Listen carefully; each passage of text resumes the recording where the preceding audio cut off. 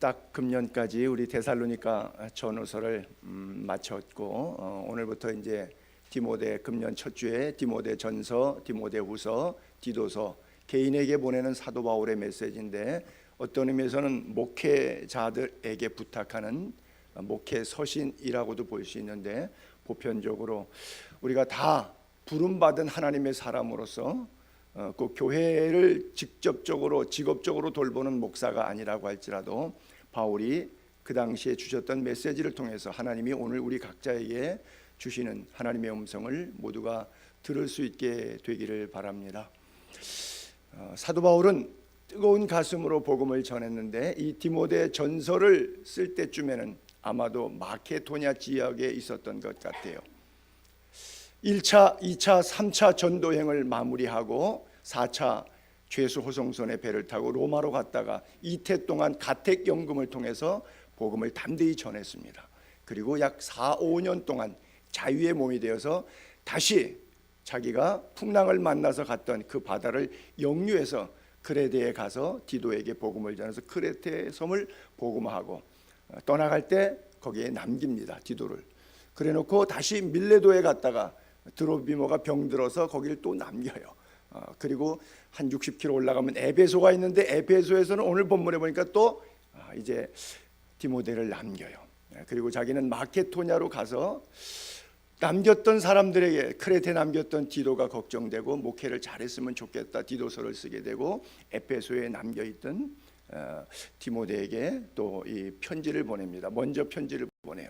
그리고 다시 그리스로 들어와서 고린도에서 니고볼리로 갔다가 거기서 디도서 편지를 써요.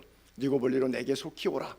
그래놓고 자기는 거기서 디도와 함께 잠시 말씀을 나누고 로마로 가서 순교를 당합니다.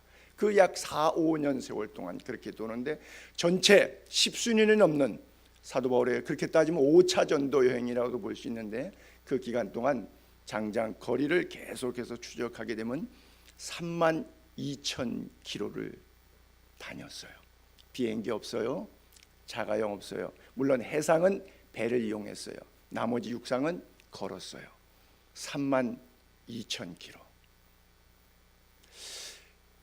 아마 마지막 죽기 직전에 이제 디모데 후서를 쓰게 되는데 디모데 전서와 후서를 쓸 때 만감이 교차됐을 것 같아요. 어떤 의미에서 저는 그렇게 생각해 봐요. 그가 다녔던 32,000km의 여정 가운데 매 맞았죠. 중상모략 당했죠. 옷 찢겼죠. 태장으로 맞고. 그렇죠? 정말 파선하는 배에서 일주일을 깊은 가운데서 고생했죠. 춥고 배가 고프죠.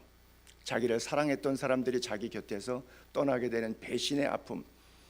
그렇죠? 루스드라에서 안전뱅이를 잡아 일으켰지만 거기서 돌에 맞아 죽은 줄 알고 성 밖에 내쳤던 그 쓸쓸했던 순간들.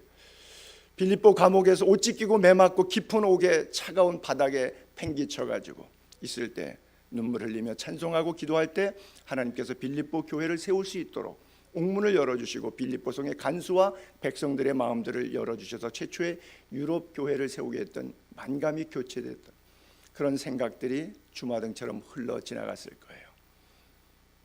갇힌 몸이 되어 있을 때 순교의 직전에 남아 있을 때 그는 생각이 많을 거예요.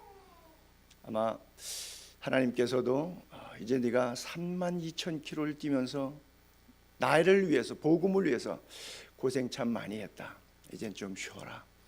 그러면서 쉬면서 자 내가 걸어갔던 그 길을 또 아들 디모데가 걸어가야 된다고 생각하니 가슴이 좀 먹먹했을 수도 있겠죠. 그렇죠? 고생한 부모들은 자식이 또 그 길을 간다 그러면 마음이 아프죠. 아마도 그런저런 교차되는 만감 속에 디모데에게 디도에게 마지막 서신들을 남긴 것이 아닌가 그런 생각이 돼요. 그래서 이 편지의 목적, 교훈의 목적이 무엇인지를 사도 바울은 오늘 본문을 통해서 쭉 나열해 주고 있어요. 디모데라고 하는 것은 티모스, 세오스 두 개를 이제 합성해 놓은 건데요.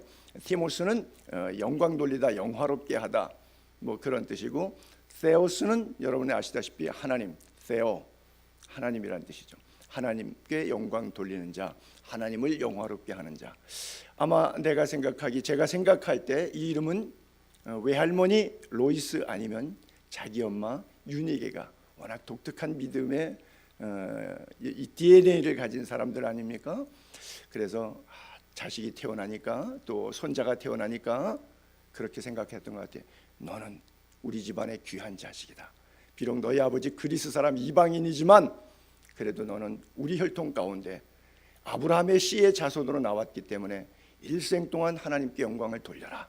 그래서 티모스테오스 이름 붙여서 디모데라 이렇게 이름을 붙였는데 정말 이름값 평생 했어요. 사도 바울이 오늘 본문에 보게 되면 1절과 2절을 올려보게 되면 우리 구주 하나님 우리의 소망이신 그리스도 예수 명령 따라 그리스도 예수의 사도된 바울은 믿음 안에서 참 아들 된 디모데에게 편지한다 그래요. 믿음 안에서 신앙으로 낳은 아들 디모데. 여러분 재밌는 것은요, 정말 아들로 생각했는데 어디까지 아들이냐? 로마에 가시게 되면 주로 바티칸에 가서 베드로 성당은 보십니다. 여기 이제 베드로의 무덤이 있다 그러죠. 일대 교황이라 그러고 역대 교황들의 무덤이 지하에 가게 되면 칸칸이 다 있어요. 근데 거기서 차로 좀 떨어진 한 30분 이상 떨어진 외곽 쪽으로 나가게 되면 바울의 교회가 있어요. 거기에 바울의 제가 보진 못해요. 시신이 안치돼 있다고 그래요. 물론 베드로 시신도 제가 바티칸 가서 못 봤어요. 무덤 대리석으로 보기는 했지만 유골은 제가 못 봤어요. 바울의 교회도 있어요. 바울이 로마에서 목이 잘려서 순교했지 않습니까? 그래서 거기다가 교회를 세웠어요. 그런데 그 유골 전시관에 뭐가 같이 있냐면 디모데 유골도 거기 같이 있다고 그래요. 제가 보지 못했습니다. 둘 다 사실인지 아닌지는 모르겠어요. 근데 문헌에 의해서 기록으로 관광객에게 그렇게 설명하고 있어요. 자, 가족묘예요. 그렇죠? 바울이 유골이 전시된 곳에 디모데의 유골이 함께 전시되어 있다. 그렇죠? 저 2절이 그것을 마치 웅변적으로 이야기해 주는 것 같은 느낌을 저는 받았어요. 믿음 안에서 참 아들 된 디모데다. 그래요. 여러분 1절에는 그렇게 시작했는데 우리의 소망이신 그리스도 예수 2019년도 더더욱 예수 그리스도가 여러분들의 소망이 되기를 바랍니다. 이 몸의 소망 무엔가 우리 주 예수 뿐일세. 예수 그리스도가 그분만이 여러분들의 소망이 될 수 있기를 바랍니다. 여러분들이 기대하고 있는 또 다른 소망, 받고 싶은 더 많은 복들 복 많이 받으세요. 그 복에는 어떤 물질적, 상황적, 환경적, 인간적 요소의 가치들이 없지 않아 있을 겁니다. 그것이 여러분들의 소망이 되지 않고 예수 그리스도만이 여러분들의 소망이 되기를 바랍니다. 왜냐하면 예수 그리스도는 여러분들을 실망시키지 않습니다. 어떤 상황 속에 여러분들이 힘들 때도 그분은 여러분 곁을 지키고 떠나지 않습니다. 그러나 여러분들이 받고 싶었던 그 복들은, 그 사람들은 여러분들이 힘들고 여러분들과 인간관계가 부족하고 언어적 유희의 장난에 의해서 그들은 여러분 곁에 남지 않습니다. 그들과 불편해질 수도 있습니다. 그것 때문에 통곡할 수도 있습니다.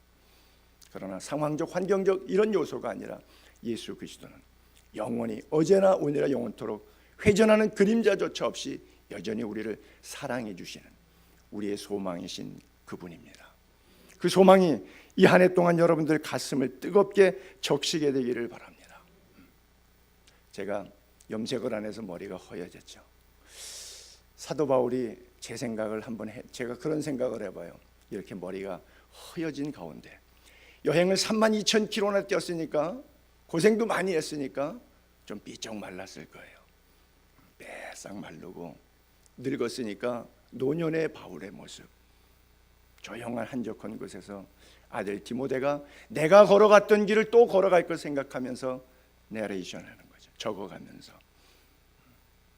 이 신앙으로 낳은 참 아들 디모데에게 하나님 말씀하옵소서.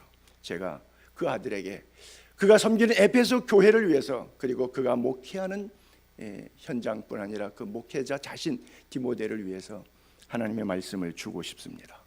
그리고 그에게 은혜와 긍휼과 평강. 주로 바울 서신이 13권이 되어 있는데 다 보게 되면 은혜와 평강이 그랬는데 디모데에게는 특별히 단어가 하나가 더 들어가 있어요. mercy, 엘레이스, 헬라어로 엘레이스, 하나님의 자비, 하나님의 긍휼. 나는 이해하는 동안 여러분들이 보편적으로 과거에 그리스도 안에서, 교회에서, 하나님의 울타리 안에서 누렸던 은혜와 평강보다 금년 한 해 하나 더 추가될 수 있기를 바랍니다. 하나님의 자비, 하나님의 특별하신 긍휼하심을 덧입게 되기를 바랍니다. 그래요. 은혜와 긍휼과 평강이 바울이 디모데에게 주었던 메시지가 오늘 성령께서 우리들에게 주시는 말씀으로 들려질 수 있게 되기를 바랍니다. 3절과 4절 올려볼게요. 내가 마게도냐로 떠날 때, 마게도냐로 가면서 너를 권해서 넌 나 계속 따라가지 말고 이 에페소에 남는 게 좋겠다. 저렇게 남게 되면 영원히 못 볼 수도 있는 거예요. 근데 디모데 후서에서는 나에게 속히 오라, 겨울 전에 어서 오라, 겉옷을 가지고 오고 특별히 최근 양피지에 쓴 것을 가지고 오라. 그래서 결국 디도가 그와 마지막 순간에는 합류하긴 합니다. 근데 일단 디모데 전서인데 에베소에 머물라 해서 거기 남겨둡니다. 그리고 왜 남겨두었는지 이유를 설명합니다. 첫째, 다른 교훈을 가르치는 사람이 있다. 저주받을 짓들인데 다른 복음을 가르치는 자, 예수 그리스도의 복음이 아니라 다른 복음을 가르치는 자들이 있어서 에베소 교회를 어지럽히고 있다. 크다 에페소에 아데미오하고 우상이 가득했지만 세계 7대 불가사의 가운데 하나인 아르테미스 신전이 있었던 곳이지만 사도 바울이 가서 그 우상의 역사를 훼손시키고 그리고 은 5만이 넘는, 요즘 돈으로 그냥 막연한 추세로 환산했을 때 5억이 넘는 돈에 우상을 섬기기 위해 했던 세계 7대 불가사의 가운데 하나였던 그 엄청난 아르테미 우상을 섬겼던 모든 제대들과 용품들을 다 모아놓고 예수 이름으로 불태웠던 그 거룩한 현장, 두란노 서원에서 모여서 날마다 말씀을 상고해서 제자 훈련을 통해서 하나님의 거룩한 백성들을 세워나갔던 그 땅에 사도 바울이 사역이 잠깐만 비우면 사탄이 또 돌아갔고 교회를 어지럽히고 사람들 속에 들어가서 인간적인 발언해갖고 자기 사람으로 만드는 복음이 굴절시키는 다른 교훈들이 너무나 팽배했어요. 지금만 이단이 많은 것이 아니라 1세기 때부터도 사탄은 어제도 역사하고 오늘도 역사하고 내일도 역사하는 영이에요. 숨만 쉬면 조금 숨만 쉴 만하면 우리 교만하고 넘어지죠. 사탄의 얘기를 듣고 그냥 넘어지는 거예요. 다른 교훈 가르치지 못하도록. 그리고 신화와 족보, 쓸데없는 이야기 때문에 예수 그리스도의 진리의 복음을 이야기하지 않고 엉뚱한 신화와 족보 이야기 끝없이 몰두하게 만들어서 진리에 집중하지 못하도록 만드는, 이런 것, 믿음 안에 있는 하나님의 경륜을 이름보다 도리어 변론을 내는 것이라 그랬어요. 여러분, 이단이라고 하는 것은 내적인 이단도 있고 외적인 이단. 외적인 이단은 쉬워요. 예를 들어서 통일교, 여러분 금방 알아요. 공개가 됐기 때문에 속지 않습니다. 안상홍, 장기일자, 하나님의 교회, 뭐 신천지, 이만희, 전도관, 박대선, 그러면 여러분 고개 설설 흔들어서 내용이 잘 몰라도 하도 많이 들어서 외적인 이단들은 여러분들이 쉽게 구분합니다. 거기에 뭐 불교다, 뭐 또 조로아스터교다, 또 회교다, 뭐 이러면 뭐 더 이상 여러분들이 아야 관심을 두려고 생각하고 마음의 문을 딱 닫아버리니까 이단에 넘어갈 가능성은 희박해져요. 그런데 외적인 이단이 아니라 내적인 이단이 있어요. 쉽게 말해서 우리 교회 울타리 안에 이단이 있을 수도 있다는 이야기입니다. 이 사람들은 성경을 공부해요. 성경에 대해서 얘기해요. 은사가 뜨거워요. 활발해요. 자, 삼위일체 하나님도 믿어요. 교회도 인정해요. 그런데 끝에 가다 보니까 예수 그리스도께 소망이 있는 것이 아니라 물질의 소망이 있어요. 그것이 뭐예요? 기복신앙이라고 하는 거예요. 주여 하지만 그 주여 하는 내면에는 뜻이 하늘에서 이루어진 것처럼 나를 통해서도 이루어져, 내가 망해도 내가 병들어도 내가 죽어도 나를 통해서 예수 그리스도의 영광이 드러날 수 있다면, 나 때문에 한 사람이 더 예수 믿고 지옥에서 천국으로 갈 수 있다면 주님 나를 죽여주십시오. 내 뜻대로 마옵시고 아버지의 뜻대로 되기를 원합니다. 이렇게 기도하는 사람이 있는가 하면 주여 부르짖어서 아무 개가 망하는 한이 있어도 하나님 나는 흥해야 됩니다. 아무 개가 경제적으로 나하고 활동하는데 그 사람이 망함으로 인해서 내가 이익을 봤어요. 하나님 감사합니다. 근데 그 사람은 나 때문에 시험 들어서 교회를 안 나와요. 교회 안에 있는 이단들입니다. 그들은 하나님을 섬긴 것이 아니라 만몬을 섬겼고 돈을 섬겼고 자기 의와 율법을 섬겼던 사람들입니다. 다른 교훈을 바로 이런 사람들, 아주 무시무시한 사람들이에요. 종말론 장사꾼들이 얼마나 많이 있습니까? 신사도 운동을 통해서 건물 사고 빌딩 사고 시멘트 짓는다고 돈을 모으기 위해서 성령운동하는 사람들이 얼마나 많습니까? 대부분에 보십시오. 기도운동 24시간 하고 성령운동 방언하고 예언해가지고 뭐해요? 울고 웃게 만들어갖고 헌금하게 만들고 그건 갖고 건물 사지요. 아니요. 그 건물 팔아서 가난한 사람 구제하셔야 됩니다. 때가 가까움을 본다면, 만약 종말론을 외치는 사람이라면, 종말론을 외치는 사람일수록 더 검소하게 살면서 가난한 사람 구제해서 한 영혼이 더 감동 주어 그들로 하여금 예수 믿게 하는 일에 써야 합니다. 종말론을 주장하면서 왜 이렇게 많이 사들이는 거예요? 제 2년 선배 이장림 목사가 그랬습니다. 우리 성결대학교 2년 선배이죠. 종말론 얘기해놓고 자기는 종말 끝난 다음 날 검찰에서 계좌 추적해갖고서는 구속시켰는데 얼마가 나왔죠? 그때 뉴스 기억 안 나시죠? 다 잊어버려서. 저는 선배 이야기에서 기억이 생생해요. 41억 원 나왔습니다. 그래서 사기죄로 교도소에 수감됐죠. 시대의 사기, 그렇죠? 아니, 교인들은 그렇게 자극시켜서 돈 내게 해놓고 자기는 통장에 41억 놔두면 10월 28일 날 휴고할 건데, 자기도 휴고할 건데 자기는 휴고 안 하기로 작정을 한 거죠. 왜? 41억 남겨뒀다가 써야 되니까. 근데 속잖아요. 근데 속잖아요. 여러분이 안 속을 것 같아요. 제 이야기를 들으면 꼭 안 속을 것 같아요. 근데 그 목사가 와서 얘기하면 여러분 속습니다. 신기하죠? 여러분, 너무너무 사도 바울이 답답했어요. 이렇게 아르테미의 신전에서부터 하나님께로 돌아왔던 거룩한 백성들이 어떻게 다른 교훈에 이렇게 쉽게 넘어갈 수 있는가? 갈라디아 교회, 자기의 목숨까지도 사도 바울에서 내놓고 싶을 정도로 추종하면서 제자화됐던, 성령으로 시작됐던 그 교회가 어떻게 이렇게 육체로 서늘하게 망해가는가? 더 그 지역에 소아시아 7교회가 있었고 사도 바울의 출생지가 있었고 비로소 그리스도인이라 이름을 불렸던 안디옥에 있었던 교회가 어떻게 이렇게 회교로 모슬렘으로 초토화될 수 있었는가? 사도 바울의 뜨거운 심장과 안타까운 심장이 교차되면서 가는 곳곳마다 크레테에는 디도를 남기고 에페소에는 디모데를 남기게 된 겁니다. 왜요? 이단 사설들이 교회 안에 들어와요. 외적인 이단보다 내적인 이단들이 더 무수한 공격.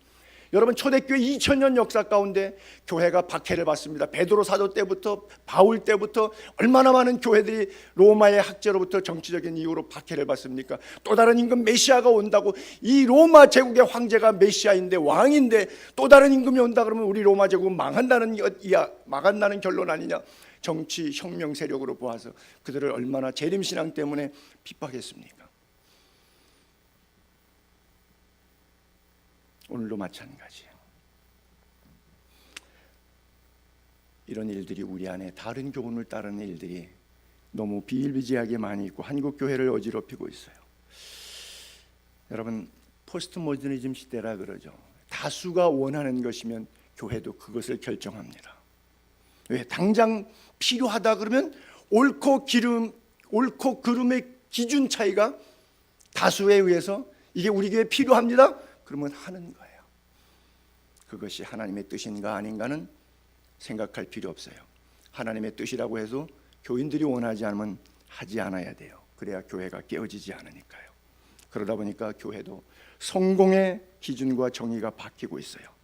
영적 성숙보다는 어떤 통하는 프로그램이라든지 필요를 채워주는 방법, 교회 성장 전략 이런 데 집중하고 있죠. 슬픈 현실입니다.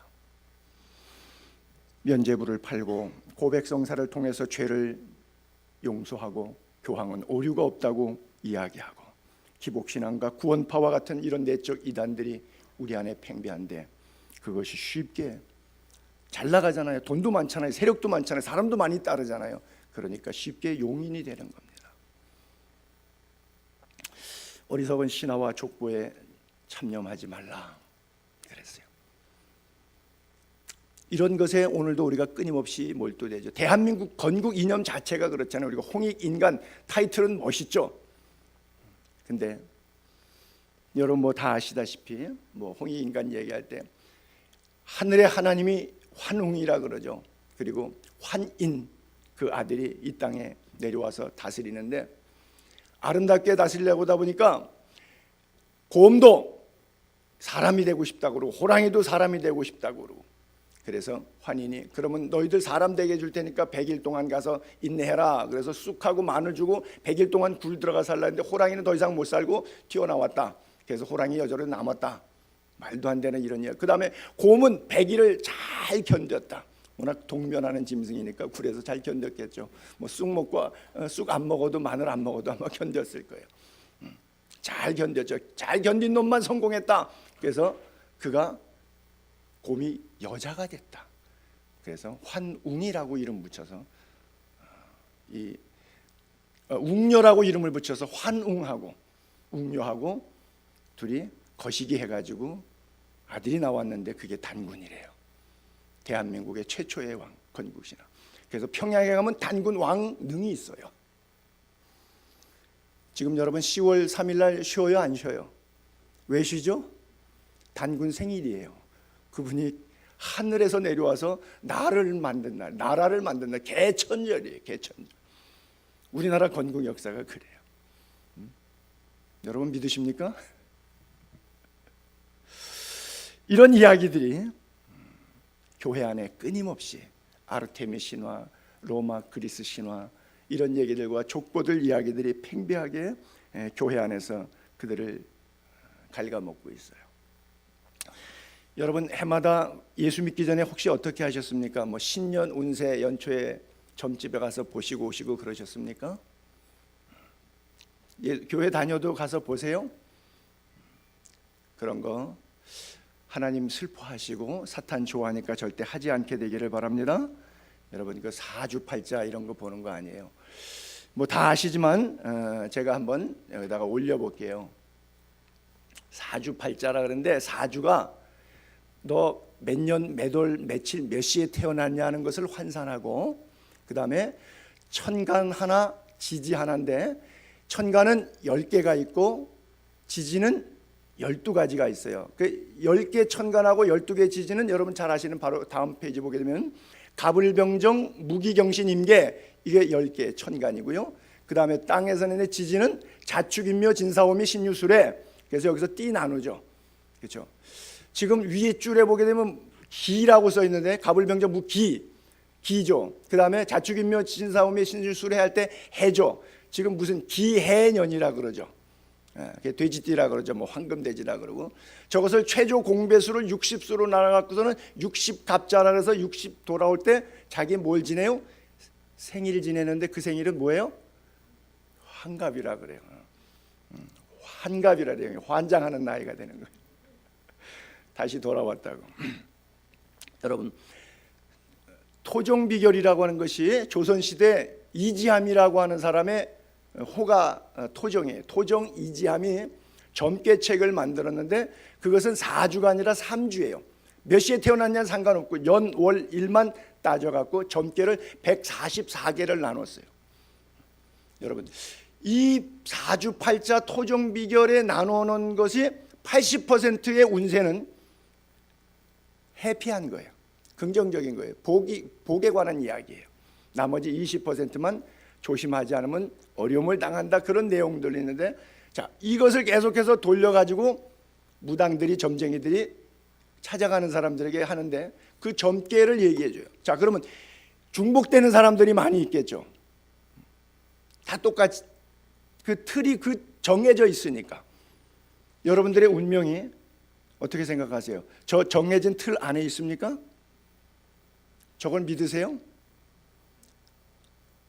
저 틀 범주 안에만 있습니까? 여러분들의 운명이? 아니죠. 근데 왜 점 보시는 거요? 이게 마귀가 좋아하는 짓이에요. 예수 모르고 몰랐을 때는, 무지할 때는 내가 속이 공허하니까, 내 소망 대신 예수 그리스도가 없으니까 저렇게 무지함 속에 내 인생을 방치했지만, 이제 예수 그리스도가 빛 되신 분이 오신 다음에 이 어둠의 역사는 다 물리치셔야 돼요. 다시는 장난으로도 뭐 화투 치면서 젊게 보고 뭐 이렇게 잡지에서 뭐 젊게 보고 뭐 스포츠 신문 같은 데 보면 뭐 젊게 나오고 뭐 버스 타게 되면 뒷자리 의자 저기 커버해 보게 되면 무슨 뭐 용한 도사 뭐 젊게 전화 연락하라고 그러고 뭐 인터넷 점 보고 뭐 타로 점 보고 하는 것들이죠. 장난으로라도 하지 마세요. 성경은 말합니다. 악은 모양이라도 버리라. 할렐루야. 이전까지 이런 일이 혹시라도 장난삼아라도 있었다면 하나님 앞에 중심으로 하나님, 제가 너무 무지몽매했습니다.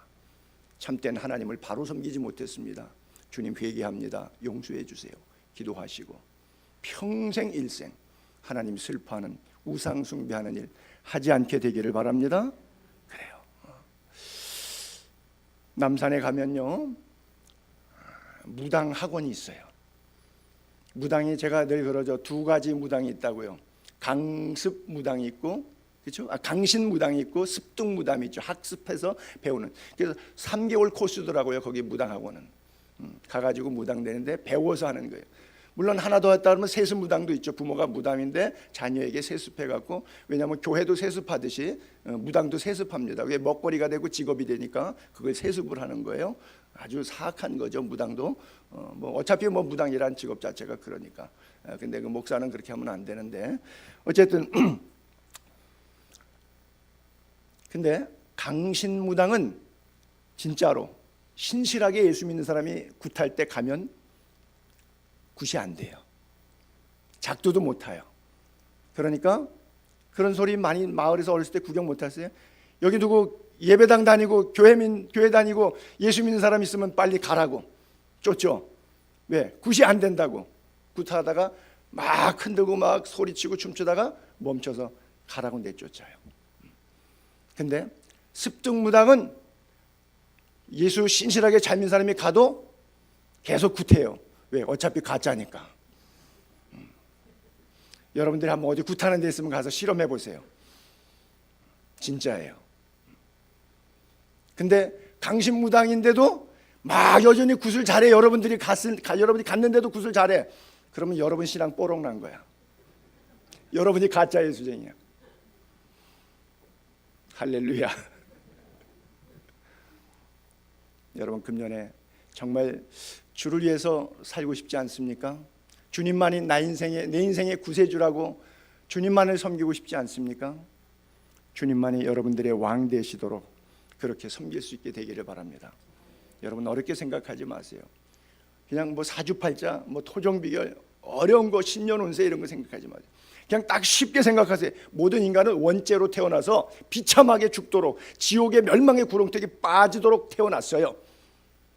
그렇게 태어나서 그렇게 죽는 거예요. 이게 성경이 말하는 인간의 운명입니다. 의인은 없나니 하나도 없다고. 하나님의 영광에 아무도 이룰 수 없다고요. 하나님의 영광의 보좌에 천국에 아무도 못 간다고요. 오직 예수만. 한번 유튜브 동영상을 듣는데 어떤 신부님이 재미있게 이야기를 하시는데 이렇게 말씀하시더라고요. 세월호에 죽은 아이들은 다 천국 갔다고. 그러면서 이어서 하는 얘기가, 그 아이들이 왜 천국 갔냐고 자기가 생각하냐면, 여러분 고등학교 2학년 학생이 죄를 지으면 얼마나 지었겠습니까? 그러니 다 천국 간 겁니다. 그렇게 여러분들 믿으세요? 그러더라고요. 맞는가요? 아니죠. 그건 아니죠. 1살짜리 아이도 죄가 있어요. 태어난 아이도 죄가 있어요. 모태로부터 내가 죄악 중에 출생하였으며, 시편 50편에 다윗이 죄 짓고 나니까 밧세바 범한 후에 깨달은 것이, 그것이 당장 48세에 범했던 밧세바 사건이 아니라 모태로부터 내가 그 죄의 원흉을 가지고 태어나서 원죄가 이 자범죄를 48년째 만들어냈다고 고백하고 있어요. 그 누구도 오직 길이요 진리요 생명 되신 예수 그리스도 외에는 구원받을 길이 없고, 그 누구도 도덕적으로 아무리 훌륭해도, 사회사업을 많이 해서 돈을 국가에다가 가난한 사람들에게 휴머니즘으로 많이 기증했다고 할지라도 지옥 가는 거예요. 예수 믿지 않으면. 그래서 예수만이 우리의 소망이 되는 거예요. 그 예수님이, 그 예수님으로 금년 한 해가 여러분 가슴에 가득 차게 되기를 바랍니다. 다른 길은 없고 오직 예수만이 있음을 믿게 되기를 바랍니다. 그래서 옛사람, 마귀의 자녀, 지옥의 삶에서 이제 새 사람, 천국의 삶으로 변화되었어요. 이 땅에서부터 천국을 살게 되기를 바랍니다. 여러분들의 생활과 삶이 여러분들 조금 힘들게 한다고 할지라도 거기에 집착하지 마시고 떨쳐버리시고 믿음으로 의지적으로 결단하시기 바랍니다. 나는 천국을 살겠다고. 내 신앙은 오늘부터 천국에 살겠다고. 그래요. 더 이상 과거에 발목 잡히지 말고 사탄의 소리에 속지 말고 여러분들의 자아상이 예수 그리스도의 자화상으로 하나님의 형상으로 다시 거듭날 수 있게 되기를 바랍니다. 그래요. 운명론에 매여가지고 또 젊게 나온 거에 매여서 이사 날짜도 마음대로 못 가고 뭐 사람 선택도 사업 선택도 아무것도 못하면서 사는 인생들이 얼마나 많이 있는지 몰라요. 예수님 이 결박 우리를 위해서 다 풀어주신 줄로 믿습니다. 그래요. 세상이 아무리 우리를 죽일 것 같이 해도 죽지 않습니다. 사명이 있는 한. 보세요. 존 보년의 철러 역정에 보게 되면 마지막 코스에 천국의 문 앞에 이르렀는데 그 문을 들어가야 되는데 양쪽에 사자 두 마리가 굶주린 사자가 그냥 들어오면 잡아먹으려고 그냥 으르렁거리고 표를 그리고 있는데 막 달려들듯이 그냥 계속 앞뒤로 왔다 갔다 하면서 으르렁거려요. 장망성을 떠나가던 이 성도가 도저히 거기는 들어가다가 가기 전에 죽게 생겼어. 사자의 밥이 돼서 망설이고 있는데 영안이 열려요. 자세히 쳐다보니까 사자의 발에 네 발에 다 쇠사슬이 묶여 있어. 그래서 뭐 난리를 치고 으르렁거리고 뛰어올 것 같고 삼킬 것 같고 뭐 표호하지만 결국 문 앞에까지만 와도 문 가운데까지는 오질 못해. 그냥 갈 수가 있는 충분한 여유가 있어. 넉넉히 이길 힘이 있어. 그리스도의 사랑으로. 그래서 통과했다는 스토리가 바로 철로 역정의 얘기예요. 여러분, 세상이 물질이 상황이 사람이 악인이 여러분들을 힘들게 한다고 할지라도 그것 때문에 망하지 않습니다. 죽지 않습니다. 답답한 일을 당하여도 낙심할 필요가 없어요. 우리의 속사람을 더욱 강건하게 하시는 하나님의 은혜로 말미암아 넉넉히 세상과 자신을 이기고 하나님 나라에 가는 겁니다. 이 땅에서부터의 천국의 삶을 살 수 있게 되기를 바랍니다. 그래요. 건강 문제도 마찬가지인 것 같아요. 너무 이런 거 있죠. 왜 우리가 우리 부모님이 암으로 돌아가셨어. 나도 그때 암으로 죽을까 봐 걱정이야. 우리 부모님은 혈압이 높아서 쓰러지셨기 때문에 나도 혈압 걱정이야. 뭐 당뇨가 뭐 이런 유전적인 병의 이야기. 제가 의사의 전문 지식을 부정한다고 하는 것은 아닙니다. 전문 지식을 통해서 상식과 어떻게 건강 관리하고 어떤 음식이 더 좋은지 우리가 모르는 부분을 전문 지식을 도움을 받아야 돼요. 하나님이 주신 지혜입니다. 그러나 성경은 아닙니다. 100% 진리는 아닙니다. 그것 의학적인 과학적인 통계의 수치의 상식을 차터를 뛰어넘는 MRI 공명장기장치를 뛰어넘는 하나님의 돌보심이 있음을 믿게 되기를 바랍니다.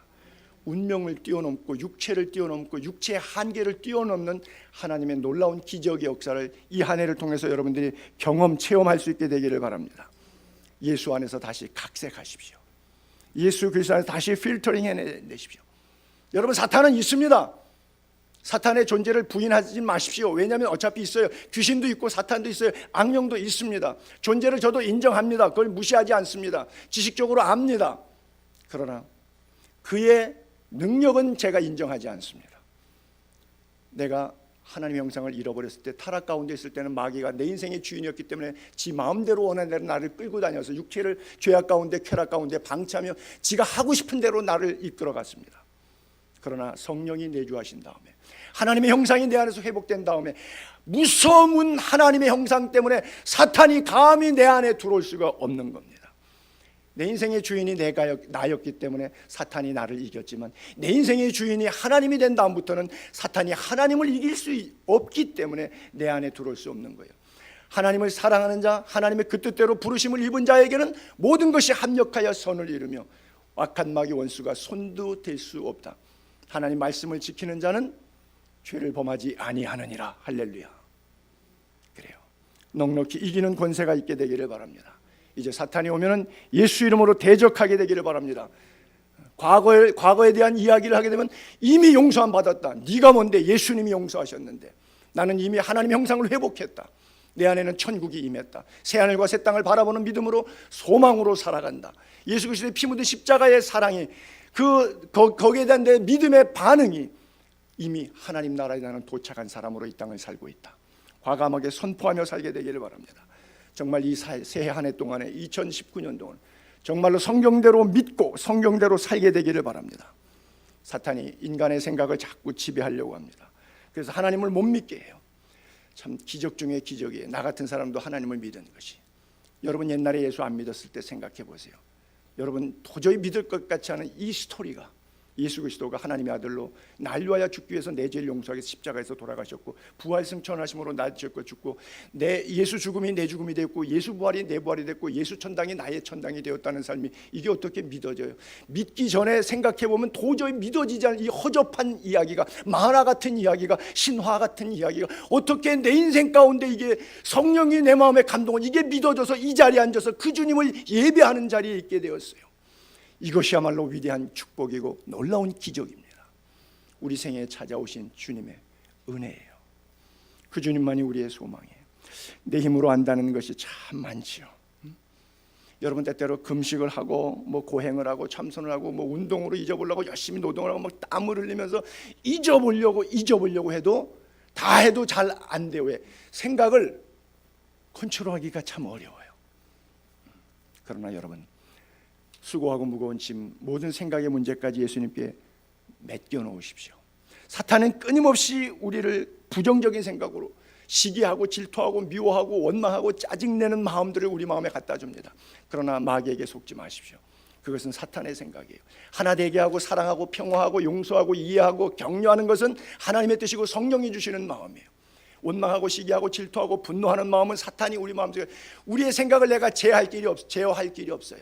그래서 빌립보서 4장 6, 7절에 하나님 말씀합니다. 아무것도 염려하지 말고 모든 문제 내려놓으라고요.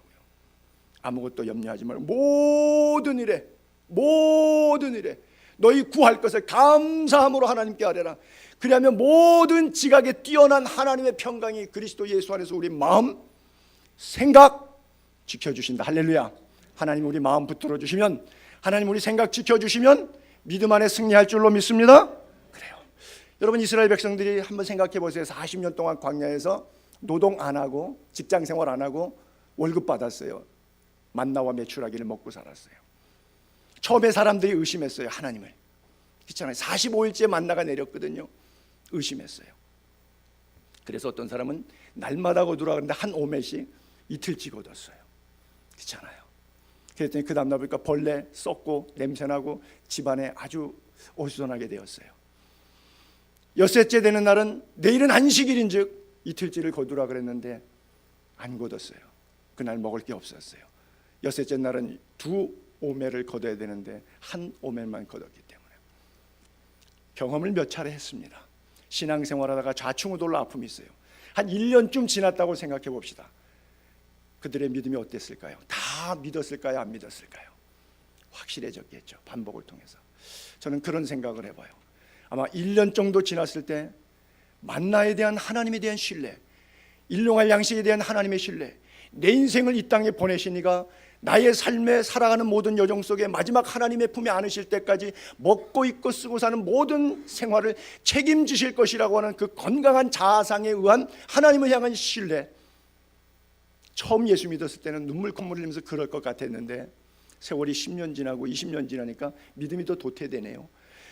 40년 동안 광야에 있을 때 한 1년 2년 지나니까 확실하게 만나를 먹이, 금송아지 놓고 우상 경배해서 3,000명씩 하나님께서 죽여버리시는 심판하셨던 그날 다음 날도 아침에 이슬처럼 만나가 내리는데 사람들이 생각한 거예요. 야, 내가 하나님이라면 그 다음 날 정도에서 일주일 동안은 강제 금식이라도 시켜서 이 녀석들 손 좀 보고 혼 좀 나게 정신 들게 해주겠다.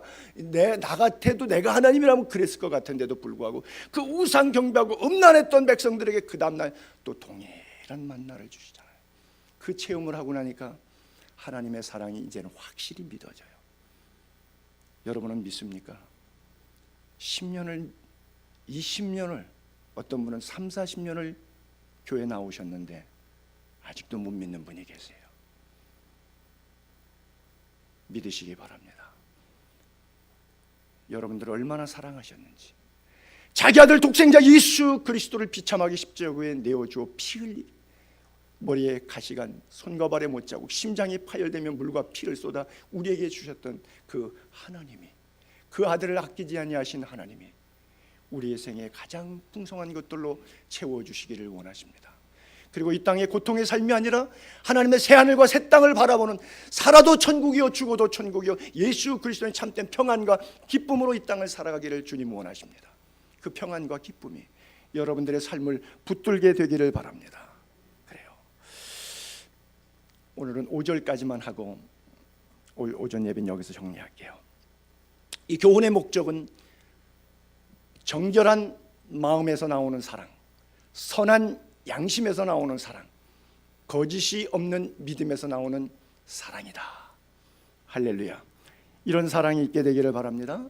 지금 다른 교훈과 족보 신화에 창념되고 잘못된 이단에 빠져있는 성도들에게 강력하게 편지하고 있는, 강력하게 설교하고 있는 이 메시지의 목적은, 하나님의 말씀은 교훈과 책망과 바르게 함과 의로 교육하게 유익하니 선한 일을 행할 능력을 우리에게 주시기 위한 것인데, 그렇게 하나님 쓰시기 위해서 먼저 과정에서 우리를 만들어 가시는데 쓰실 만한 일꾼으로 청결한 마음에서 나오는 사랑, 선한 양심에서 나오는 사랑, 거짓이 없는 믿음에서 나오는 사랑. 여러분, 여기 빨간 글자 때문에 사랑이라고 하는 초록색 글자를 놓치지 않게 되기를 바랍니다. 이 교훈의 목적은 사랑, 이게 핵심이에요. 중간에 빨간 글자 다 없어도 돼요. 중요한 건 이 교훈의 목적은 그리스도의 사랑, 하나님 사랑하고 내 이웃 사랑하는 것, 십자가의 사랑이 우리를 그렇게 강권하는 것. 그래서 서술적 과정 속에 열거법으로 바울이 그냥 표현해 본 거예요. 성도들이요, 신앙생활 똑바로 하려면 청결한 마음 가지시고 청결한 마음으로 사랑해야지 위선으로 사랑하지 마십시오. 또 선한 양심으로 사랑해야지 가짜 양심 가지고 사랑하지 마십시오. 화인 맞은 양심으로 인간적 사랑. 여러분, 창녀가 돈 주는 남자를 사랑하는 것이 그게 사랑입니까? 선한 양심에서 나오는 사랑입니까? 그 사랑은 가짜 사랑이지요. 그런 것 말고요. 또 거짓이 없는 믿음, 이게 뭐예요? 가짜 믿음이 있다고 하는 것이죠. 그 사람을 통해서 아첨하고 사랑한다고 말해서 뭔가 내가 빼먹고 싶은 내 이기적인 욕망 때문에 사랑하는 것이지, 그 양반을 희생적으로 내가 너무 사랑하기 때문에 사랑하는 사랑은 아니지 않습니까? 바로 그런 사랑이 아니라 목회자가 성도를 대할 때, 성도가 성도 사이를 대할 때 바로 바울이 주는 이 교훈의 메시지는 여기에 있어요. 디모데에게도 에페소 교회 교인들에게도 당신들이 갖고 있는 사랑은 청결한 깨끗한 마음과 선한 양심과 거짓이 없는 믿음에서 사랑하십시오. 이것이 내가 편지하는 목적입니다. 이걸 이야기하고 있는 거예요. 여러분, 참 한번 잘못된 귀를 가져가 망한 사람들을 똑바로 이렇게 돌이키게 하는 것이 쉽지가 않죠. 저도 경험이 있습니다만 이단에 빠진 사람 바로 잡는 일이 너무나 어렵더라고요. 여러분, 산에 가다가 조난당해서 길을 잃어버렸을 때 자기가 생각 속에 이렇게 올라온 것 같아, 그때 이쪽 계곡으로 올라왔던 것 같으니까 그쪽 계곡으로 내려가면 될 것 같아, 이러고 사람들이 막 가다가 오히려 더 문제가 복잡해져서 깊은 심산유곡에서 조난을 당해서 겨울에 동사할 수도 있고 식량이 떨어져 죽을 수도 있고 어려움을 당할 수도 있죠. 그때 뭐가 중요하죠? 나침판이 중요하죠. 예수 그리스도가 오늘 우리들의 삶의 나침판 됨을 믿게 되기를 바랍니다. 나는 여러분 가슴 속에 말씀을 통해서 예수 그리스도가 나침판 되기를 바랍니다. 십자가의 사랑이 여러분들의 나침판 되기를 바랍니다. 이단도 나침판이 있긴 있는데 나침판이 자성에 의해서 망가졌어요. 나침판은 N 북극을 가리키도록 되어 있는데 자석을 갖다 내면 이 자성 때문에 방향성을 상실해버려요. 이 자성이 뭐예요? 정욕이에요, 물질이에요, 세상이에요, 욕심이에요. 이런 죄악들을 갖다가 되면은 이 자성이 방향을 제대로 지시를 못하는 거예요. 여러분들 안에 있는 욕심이, 죄악이 하나님께 나아가는 순수한 마음의 방향성을 상실하게 만들어버려요. 그게 바로 이단의 역할이에요. 망가진 나침판이에요. 나침판이 망가진 사람들, 여러분들의 나침판 안녕하십니까? 그래요. 여러분들의 나침판 정상적이기를 바랍니다. 대부분 이단에 빠진 사람들 보게 되면 고집이 아주 세죠. 남의 말 절대 안 들어요. 이게 교리적인 문제뿐 아니라 행실하고도 관계가 있기 때문에 그래요. 모든 삶에서 일어나는 문제들을 다 부정적으로 보고 하나님 탓으로 하나님 원망하는데 돌리기도 해요. 그러나 여러분 꼭 기억하십시오. 하나님은 언제 어디서나 우리를 끝까지 변함없이 사랑하신다고 하는 사실, 끝까지 여러분을 사랑하신다고 하는 사실을 믿게 되기를 바랍니다. 예수님 산에 올라가 설교하셨을 때도 8복 가운데 6번째 복이 마음이 깨끗한 자, 청결한 자는 복이 있나니 뭐가 보여요? 하나님을 볼 것이요. 청결한 마음에 나눠지는 사랑 속에 하나님의 임재가 있습니다. 여러분의 눈에 늘 하나님이 보이게 되기를 바랍니다.